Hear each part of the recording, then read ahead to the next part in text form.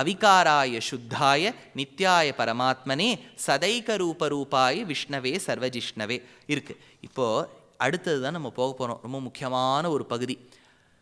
இதுக்கு ஷட் பிரஷ்னி அப்படின்னு பேர். பிரஷ்னம் அப்படின்னாலே கேள்வி, உத்தரம் அப்படின்னாலே பதில். உத்தரம்னு சொன்னால் வடக்குன்னு ஒரு அர்த்தம் உண்டு இல்லையா? உத்தர பாரத், உத்தரப்பிரதேசம். உத்தரம்னா நார்த்துன்னு ஒரு அர்த்தம் உண்டு. இப்போ உத்தரம்ங்கிற வார்த்தைக்கு ஒரு அர்த்தம் என்ன? விடை. இன்னொரு அர்த்தம் வடக்கு. இப்போ உத்தரத்தை வடக்குங்கிற அர்த்தத்தில் வச்சுட்டா தெற்குக்கு தட்சிணம்னு பேர். தட்சிணத்துக்கு இன்னொரு அர்த்தம் ரைட் ஹேண்ட் சைடுன்னு அர்த்தம். எல்லாம் ஞாபகம் வச்சுக்கோங்க. இப்போ நீங்கள் பெருமாளை சுத்தரேள் கோவிலை கர்ப்பகிரகத்தை சுற்றும் போது உங்கள் லெஃப்ட் ஹேண்ட் சைட் பெருமாளை நோக்கி இருக்கா, ரைட் ஹேண்ட் சைட் கர்ப்பகிரகத்தை நோக்கி இருக்கா? ரைட். இப்போ ரைட் பாகத்துக்கு என்ன பேர் சொன்ன சம்ஸ்கிருதத்தில்? தட்சிணம். நீங்கள் சுத்தறதுக்கு பேர் என்ன? பிரதட்சிணம். நீங்கள் உங்கள் ரைட் ஹேண்ட் சைடு தானே பெருமாளை நோக்கி இருக்கு.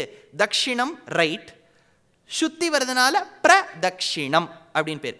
தட்சிணத்துக்கு ஒரு அர்த்தம் ரைட், இன்னொரு அர்த்தம் சவுத். உத்தரத்துக்கு ஒரு அர்த்தம் நார்த், இன்னொரு அர்த்தம் விடை. அடுத்தா தேசிகன் இது ரெண்டுத்தையும் சேர்க்கிறார் காஞ்சிவரத்தில். எவ்வளோ அழகாக சேர்க்கிறார் பாருங்க. ஸ்ருதீனாம் உத்தரம் பாகம் அப்படின்னு எடுக்கிறார். ஸ்ருதீனாம் உத்தரம் பாகம், பின்னாடி வந்ததுன்னு ஒரு அர்த்தம் உண்டு உத்தரத்துக்கு. ஏன்னா நீங்கள் கேள்வி கேட்டால் நீங்கள் கேள்வி முன்னாடி வருமா பதில் முன்னாடி வருமா? பதில் தானே பின்னாடி வரும். அதனால ஸ்ருதீனாம் உத்தரம் பாகம், ஸ்ருதி என்கின்ற வேதத்தில் பின்னாடி வந்த பாகத்தால் சொல்லப்பட்டவனே. பின்னாடி வந்த பாகத்துக்கு வேதாந்தமான உபனிஷத்துன்னு பேரு. அங்க இருக்கக்கூடிய நரசிம்மனை பத்தி சொல்றார். ஸ்ருதீனாம் உத்தரம் பாகம், ஸ்ருதியான வேதத்தில் பிற்பகுதியா இருக்கக்கூடிய வேதாந்தங்களால் சொல்லப்பட்டவனே. வேகவத்யாஸ்ச தக்ஷிணம், வேகவதி என்கின்ற நதிக்கு தெற்கு புறத்தில் இருப்பவனே. இப்போ அந்த உத்தரம்ங்கிறதுக்கு அர்த்தம் நார்த் இல்லை, ஆனால் எவ்வளோ அழகாக உத்தரம் தட்சிணம்ங்கிறத சேகரார் பாருங்கன்னு. அந்த மாதிரி இந்த இடத்துல பிரஷ்னம்ங்கிறது கேள்வி, உத்தரம்ங்கிறது பதில். ஆதிசங்கரர் ஆச்சரியமான ஒரு சிறு கிரந்தம் அமைத்தார். பிரஷ்னோத்தர ரத்னமாலிகான்னு பேர். ஏன்னா ரத்னம் மணி, ஒரு பிரஷ்னமும் மணி, ஒரு உத்தரமும் மணி. பிரஷ்னோத்தர ரத்னமாலிகான்னு பேர். அந்த மாதிரி பெரியவா எவ்வளோ கிரந்தங்கள், 32 வயசு இருந்தார், அதுக்குள்ள எத்தனை சாதனைகள் இல்லையா? அவருக்கும் நம்மாழ்வாருக்கும் ஒரு சாமியம் சொல்லிடலாம். இவா இருந்தது குறுகிய காலம், ஆனால் கொடுத்தது விலை மதிப்பில்லாத புஸ்தகங்கள். அதனால ஆதிசங்கரர் பிரஷ்னோத்தர ரத்னமாலிகான்னு அமைச்சார். இன்னொன்று, நம்ம சம்பிரதாயத்தில் பொதுவாக சனாதன தர்மத்தில் நிறைய கேள்விகள். நிறைய பேர் என்கிட்ட வந்து சொல்லுவா, நீங்கள் சொல்கிறேள் புரியறது, நாங்கள் ஒத்துக்கிறோம் சுவாமி, நாங்கள் ஒத்துண்டு பழகிட்டோம், ஆனால் இப்போ எங்கள் பேரம்பேத்தி கேட்குற கேள்விக்கெல்லாம் பதில் சொல்ல முடிகிறது இல்லையே, நீங்கள் என்ன பண்ணுவேள்? அவளை உங்ககிட்ட அனுப்பவா, இல்லாட்டா நாங்கள் என்ன பண்ணுறதுன்னு சொல்லுங்க. நிறைய பேர் தவிக்கக்கூடியது, உங்கள் பிள்ளைகள், பேரம்பேத்தி விடுங்க, உங்கள் பிள்ளைகளே ஏன் இத்தை பண்ணுறோம், ஏன் அத்தை பண்ணுறோம், காரணத்தை சொல்லு. இப்போ நீ ஸ்ராத்தம் பண்ணுறியே, இது நேரம் தாத்தாக்கு போகிறதா? தாத்தா பிறந்துட்டுருப்பாரோன்னோ, பக்கத்து வீட்டில் பிறந்திருப்பார், இல்லாட்டா மோட்சத்துக்கு போயிருப்பார். இருந்து என்ன பிரயோஜனம்? பக்கத்து வீட்டில் பிறந்திருந்தாலும் அவருக்கு ஞாபகம் பக்கத்தாத்துலேருந்து குழந்தை நான் தான் ஒரு காலத்தில் உங்கள் வீட்டில் இருந்தேன், பிண்டத்தை கொடுன்னு கேட்காது. மோட்சத்துக்கு போனவர் திடீர்னு கையை நீட்ட மாட்டார். 2 கட்டத்திலையும் கிடையாது. பின்ன எதுக்கு பிண்ட பிரதானம் பண்ணணும்? கேட்குற கேள்விலாம் நல்லா தானே இருக்குது. கேள்விகள் நன்றாக இருக்கலாம். அதனால் முதல்ல உங்கள் குழந்தை கேள்வி கேட்டால் ஃபஸ்ட்டு என்கரேஜ் பண்ணிவிடுங்க. That is the first way to escape ரூட்டுன்னு சொல்லிடுது. நீ கேட்குற கேள்வி நல்ல கேள்வின்னு சொல்லிடணும். அப்போ கேட்குற வாளுக்கு ஒரு பெருமையாக இருக்கும். பரவாயில்ல, ஒத்துன்னு இருக்கார், நான் கேட்குற கேள்வியாவது நன்னா இருக்குன்னுட்டோம். கேட்கும் போதே அப்படிலாம் கேட்கப்படாது, அபச்சாரம், சாமி கண்ணை குத்தும் இப்படிலாம் சொல்லிவிட்டாலும் அது கேட்கும். இது வரைக்கும் சாமி எத்தனை கண்ணை குத்திருக்குன்னு எல்லாம் மாட்டிக்காதீங்க நீங்கள் வீணா வம்பில் சொல்லி. நீ கேட்குற கேள்வி வசதி, பதில் தெரிஞ்சுடுத்துனா சொல்லுங்க. பதில் தெரியலைன்னா இன்னொரு 2 நாளில் ஒருத்தரை பார்க்க போகிறேன், வாணி மஹாலில் ஒரு உபன்யாசம் நடக்க போகுது, கேட்டுவிட்டு சொல்கிறேன்னு சொல்லுங்க. சாமர்த்தியமான பதில் அதுதான். எதுக்கு சொல்ல கேள்வி கேட்கறதுன்னு இக்காலத்தில் வந்துடுத்துன்னு நம்ம நினைக்கிறோம். கிடையவே கிடையாது. சனாதன தர்மம் என்பது கேள்வி கேட்டு வந்தது தான். அர்ஜுனன் கேள்வி கேட்கலைன்னா பகவத்கீதை கிடைச்சிருக்காதே. ஒரு யுதிஷ்டிரன் கேள்வி கேட்கலைன்னா விஷ்ணு சஹஸ்ரநாமம் கிடைச்சிருக்காதே. அந்த ஜனமேஜயன் கேள்வி கேட்கலைன்னா மகாபாரதம் கிடைச்சிருக்காதே. வால்மீகி கேள்வி கேட்கலைன்னா ராமாயணம் கிடைச்சிருக்காதே. மதுர கவி ஆழ்வார் கேள்வி கேட்கலைன்னா திருவாய்மொழி பிறந்திருக்காதே. கேள்வி கேட்டு வந்த சம்பிரதாயம் தான். ஆனால் கேள்வி கேட்கும் போது எப்படி கேட்கணும்னு கிருஷ்ணர் ஒரு ரூட் கொடுக்குறார் பகவத்கீதையில். தத்வித்தி பிரணிபாத்தேன பரிப்ரஷ்னேன சேவையா உபதேக்ஷந்தி தே ஞானம் ஞானினஹா தத்துவதர்ஷினஹா. அர்ஜுனா, நீ கேள்வி கேட்குற, எனக்கு ரொம்ப சந்தோஷமாக இருக்குது, கேட்டிருக்கேன், நான் பதில் சொல்லிட்டேன். ஆனால் இந்த மாதிரியே உலகத்தில் எல்லாருக்கிட்டையும் போய் கேள்வி கேட்டுவிடாத. என்ன மாதிரி யாரும் எளியவர்கள் கிடையாது. ஏன் யோசிச்சு பாருங்கோ, கிருஷ்ணர் தேர் தட்டில் கீழே நின்றுருக்கார், அர்ஜுனனும் மேலே நின்றுருக்கான். கொஞ்சம் கீழே இறங்கி வந்து கேட்டிருக்கலாமோனோ, மேலே இருந்துட்டே கேட்குறான், நான் இருக்கிற இடத்துலையே சொல்லு. நம்ம தொலைக்காட்சி பெட்டியில் வைகுண்ட ஏகாதசி பார்க்குற மாதிரி, நாம் உம்மிடத்துக்கு வரமாட்டோம், நீர் எம்மிடத்துக்கு வாரும் சொல்கிறோமோனோ, அந்த மாதிரி அர்ஜுனன் நிற்கிறான். திருக்குடந்தை ஆண்டவன் இன்னும் ஆச்சாரியன் சாதிப்பர், பெருமாள் போட்டு கொண்டிருந்த பாதுகை என்னும் அந்த மரவடி, அர்ஜுனன் போட்டு கொண்டிருந்த அந்த பாதுகை அப்படியே பெருமாள் முதுகில் தேயுமா. ஆச்சாரியன், கண்ணன், சர்வலோகேஸ்வரன் அப்படி இருந்தும் கீழே இருக்கான். இவன் கேள்வி கேட்கறான், கிருஷ்ணர் கீழேந்து பதில் சொல்றார். அப்போ கிருஷ்ணர் சொன்னார், நீ கேட்குற கேள்விக்கெல்லாம் பதில் சொல்கிறேன், ஆனால் இனிமே உலகத்தில் யாரையும் போய் இப்படி கேட்காத கேள்வி. ஒருத்தர்கிட்டேருந்து கேள்விக்கு பதில் வாங்கணும்னு சொன்னால் முதல்ல அவரை போய் விழுந்து சேவிச்சுட்டு ஞானின்னு அவரை ஒத்துக்கோ, அவருக்கு சேவை பண்ணிண்டே வா. நீ கேட்குற கேள்விக்கு சேவையிலேயே சமாதானம் கிடச்சிரும். Your service will give answers to a lot of questions that you have had in your mind for a long time. இதுக்கு ஒரு உதாரணம் சொல்கிறேன், நிறைய இருக்குது சொல்கிறதுக்கு. இந்த மாதிரி தான் ஆகிடுது. வெறும்னு சொல்லின்னு போனால் அது லெக்சர் மாதிரி ஆகிடுது. உபன்யாசம்னு சொன்னால் இப்படி இப்படி தானே சுற்றி தானே டீ நகல் எப்படி போட்டு வச்சுருக்கான், உபன்யாசமும் ஆகிடுது. அதனால் சொல்கிறேன், எம்பெருமானார் ராமானுஜர் ஸ்ரீபாஷ்யம் எழுதின்னு இருக்கார். சாதிக்கும் போது அவர் எழுத மாட்டார். ராமானுஜரோட பியூட்டி என்னன்னா, குரத்தாழ்வான் படித்த போதாயன விருத்திக்கிறதை ஒரு வாட்டி சொல்லுவார். சொல்லிவிட்டு சூத்திரார்த்தத்தை மனசில் நினைப்பார். இப்போ நான் சொல்கிறத எழுதும்பார். இப்போ நம்ம ஸ்கிரைபுன்னு ஒரு கான்செப்ட் சொல்கிறோம் இல்லையா, எழுதிப்பார். இப்போ கூரத்தாழ்வான் டக்கு டக்கு டக்குன்னு எழுதணும். இப்போ நம்ம ஸ்கூலில் இப்போல்லாம் எழுதுற பழக்கம் போயிடுது. இப்போ யாராவது ஸ்லோகம் சொல்லி எழுதுக்கும், இருங்க ஒரு 2 நிமிஷம் இருங்க, முதல்ல என்ன வார்த்தை சொன்னேள், அந்த அளவில் இல்லை. இவர் சொல்ல சொல்ல சொல்ல தாராவத்து, அதாவது திசந்துமே தேவ சதாத்வதீயாக தயாதரங்கா அனுச்சரா கட்டாட்சாக ஸ்ரோத்ரேஷு பும்சாம் அமிர்தம் க்ஷரந்தீம் சரஸ்வதீம் சம்ஸ்ருத காமதேனுங்கிறார் தேசிகன். ஹயக்ரீவனை பிரார்த்தனை பண்ணால் வாயிலேந்து வரக்கூடிய வார்த்தை ஓடுமா, நீங்கள் அதை தடுத்தே நிறுத்த முடியாதா, அது நிற்கிறதுக்கு அளவே கிடையாதும்பர் சுவாமி வேதாந்த தேசிகன். திருக்குடந்தை ஆண்டவன் ஆரம்பிக்கும் போது சந்துமே தேவ சதாத்வதீயாகன்னு ஆரம்பிப்பார். அதனால தான் அந்த கண்ணன் சுவாமிக்கு தாரையா வரும் அந்த வார்த்தைகள். எதுக்கு சொல்ல வந்தேன், தாரையா வரும் எழுதிப்பார். ஒரு இடத்துல ஒரு சந்தேகம் வந்துடுத்து, ஆத்மாவுக்கு குணம் ஸ்வரூபம் ஞாத்ருத்வமா சேஷத்துவமா அப்படின்னா என்ன, ஆத்மாங்கிறது ஞானமயமா அல்லது அதனுடைய குணமே பகவானுக்கு கட்டுப்பட்டு இருத்தலா? Is it the intrinsic characteristic of Atma, the sentient soul, is to be subservient to the Lord, or its intrinsic feature is to exist as knowledge incarnate? தமிழில் சொன்னதே புரிஞ்சு போடுவோம் பாருங்க. ஆங்கிலத்தில் எப்படி தான், ஆங்கிலத்தில் நீங்கள் ஃபிலாசபி புஸ்தகம் வாங்கோ, கொஞ்சம் புரிஞ்சதும் புரியாது. அதனால சம்ஸ்கிருதத்தை ஞானத்தை உடையதா பகவானுக்கு கட்டுப்பட்டிருத்தல் உண்மையான்னு கேட்டார். ராமானுஜருக்கு சந்தேகம். கூரத்தாழ்வான் அமிச்சார், நீ எங்கள் ஆச்சாரியன் திருக்கோஷ்டியூர் நம்பியை கேட்டுட்டு வானார். ஸ்ரீரங்கத்தில் இவர் இருக்கார்.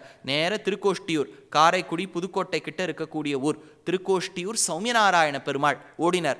நம்பி நாஸ்தானத்துக்கு போனார். நம்பி வரவேத்தார். கூரத்தாழ்வான் என்ன சொல்லியிருக்கணும், அவர் ஒரு கேள்வி கேட்டார், அதுக்கு சமாதானம் சொல்றதுக்கு உங்க யாத்துக்கு வந்தேன் சொல்லணுமோனோ அப்படிலாம் சொல்லவே மாட்டா. அடியேன் ஏதாவது சேவை செய்யலாமான்னு கேட்டாராம். உள்ளே போனாராம். மாமி அங்கே இலிப்பு சுட்டிலாம் போட்டிருக்கா, போய் அலம்பிட்டு வான்னார். தேய்ச்சார். அவர் உட்காந்து சபீனாவை வச்சு உட்காந்து தேய்ச்சிட்டு இருக்கார். கூரத்தாழ்வான் தேய்க்கிறார். அந்த மாமி இதான் சாக்கு ஆள் கடிச்சு கொடுத்து இன்னும் போடுறான். ஐயோ ரொம்ப நாளாக இதெல்லாம் இருக்குது, 10 பாத்திரத்துக்கு கேட்பானே, இவர் உட்காந்து தேய்ச்சிட்டு இருக்கார். கூரத்தாழ்வான் தேய்க்கிறார்.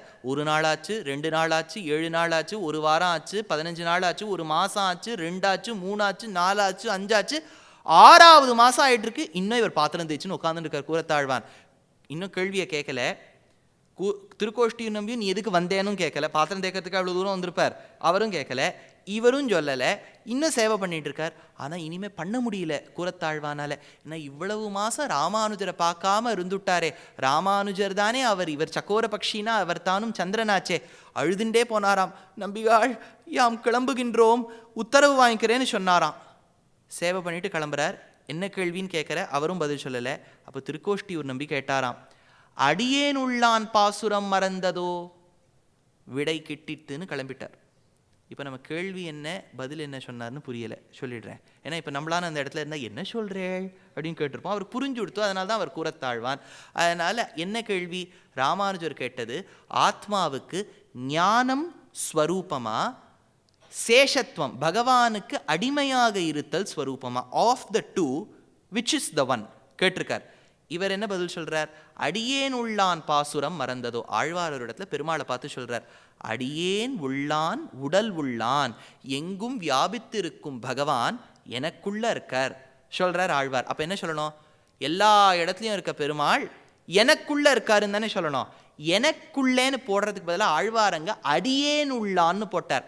தன்னை சொல்லிக்கும் போதுக்குன்னு தன்னை அடிமைன்னு தான் சொன்னார். காரணம் என்ன? ஆத்மாவுக்கு குணம் சேஷத்துவம், ஞாத்ருத்வத்தை காட்டிலும் சேஷத்துவம்னு புரிஞ்சு கொடுத்தான். எதுக்கு சொல்ல வந்தேன்? வாய் வார்த்தை கேட்காமலேயே பதில் கிடைச்சுடுத்தே. அதை தான் கிருஷ்ணர் சொல்ற, தத்வித்தி பிரணிபாத்தேன பரிப்பிரஷ்னேன சேவையா.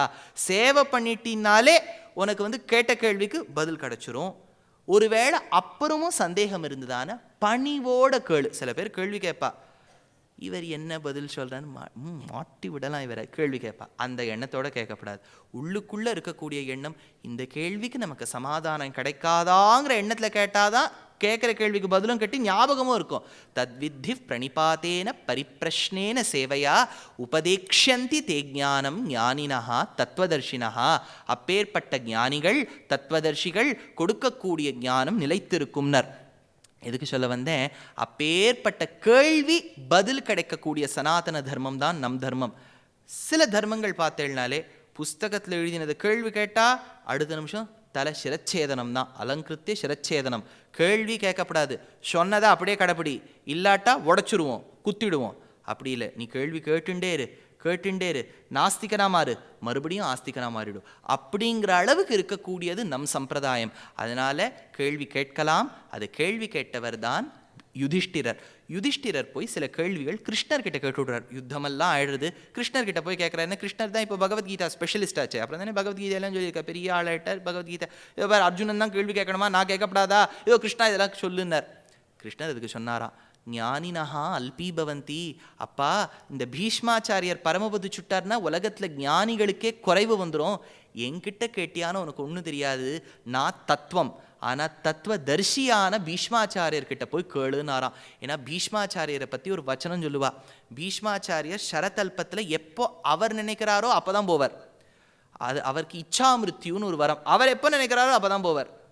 இவ்வளோ நன்னா இருக்குல்ல கேட்கறதுக்கு? அது கேட்கறதுக்கு நன்னா இருக்கும்.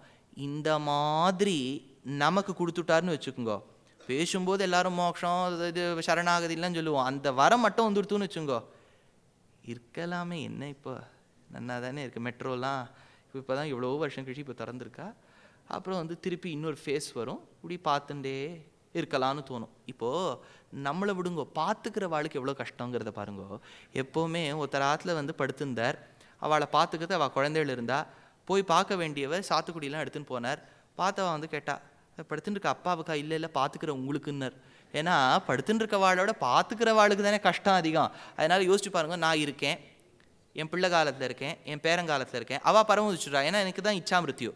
அது ஆனோன்னு அடுத்த ஜென்ரேஷன் வரும். அது பார்க்கும், இது யாரையா, எவ்வளோ வருஷமாக இருந்து தொலைகிறதுயா, இதை பார்த்துக்க வேண்டியதாக இருக்குது. என்ன சாதாரணமாக தெரிஞ்சவாளே வெய்யும் போதோ இந்த மாதிரி எந்த தந்தை தந்தை தந்தை தம் மூத்தப்பன் 7 வடிகால் தொடங்கின்னு இருந்தால் எவ்வளோ கஷ்டம். அதனால் இந்த இச்சாமிருத்தியு என்பது பீஷ்மர்கிட்ட இருந்தது. ஏன்னா அவர் ஞானி. பீஷ்மர் பரமவதிக்கிறார். அந்த சரதல்பத்தில் இருக்கும்போது கடைசி காலத்தில் ஹஸ்தினாபுரம் நன்றா பாண்டவர்கள் கையில் போயிருக்கு. கிருஷ்ணான்னு நினைக்கிறார். அப்போ பாரதத்தில் ஆச்சரியமான கட்டம். கிருஷ்ணர் ருக்மிணியோட பகட ஆடின்னு இருக்கார் துவாரகையில். அப்போ சட்டுன்னு கிருஷ்ணர் கண்லேருந்து ஜலம் வருதான். அப்போ ருக்மிணி அதை பார்த்து கேட்குறா, என்ன பொதுவாக அழ வெப்பேள், இது என்ன புதுசாக அழுகை உம்ம கண்ணில்? இல்லை, பீஷ்மன் என்னை நினைக்கிறான், அவனை நான் நினைக்கிறதுக்கு எவ்வளோ கொடுத்து வச்சிருக்கணும். அவன் என்ன நினைக்கிறது கொடுத்து வைக்கணும்னு சொல்லலை, அவரை நான் நினைக்கிறதுக்கு எவ்வளோ கொடுத்து வச்சிருக்கணுங்கிற. அதனால பீஷ்மர் ஒரு பக்தன் பரமதிக்கிறார்னா பெருமாள் எவ்வளோ கவலைப்படுறார். ஏன்னா அவன் வைகுண்டத்துக்கு போகிறாங்கிற துக்கம் இல்லை, ஐயோ அப்பேற்பட்டவன் இந்த பூமி இழந்துடுறதே அப்படின்னு. அதனால தான் பீஷ்மஸ்துதின்னு உண்டு நம்ம சம்பிரதாயத்தில். அந்த பீஷ்மஸ்துதியை இஞ்சுமோட்டழகிய சிங்கர் தினம் சொல்லிட்டு இருப்பான். அந்த பீஷ்மஸ்துதியே நினச்சிட்டு இருப்பான். அந்த பீஷ்மஸ்துதி ரொம்ப வசதிம்பா. எதுக்கு சொல்ல வந்தேன், இந்த இடத்துல பார்த்தேன்னா அந்த கிருஷ்ணர் சொல்றார், யுதிஷ்டிரா என்கிட்ட கேள்வி கேட்காத, போய் கேட்க வேண்டிய கேள்வி பீஷ்மர்கிட்ட போய் கேளு. ஏன்னா நான் சொன்னா பகவத்கீதையை படிக்கிறவா அநேகம் பேர் இருக்க மாட்டா. இதே அந்த பீஷ்மர் சொன்னா விஷ்ணு சஹஸ்ரநாமத்தை படிக்கக்கூடியவா அநேகம் பேர் இருப்பா. போய் கேள்வி கேளுன்னார். அவர் போய் கேட்டாராம். படுத்த படுக்கையாக இருக்கார் பீஷ்மாச்சாரியாள். அப்போ தான் பீஷ்ம உவாச்சன்னு ஆரம்பிக்கிறது சஹஸ்ரநாமம்.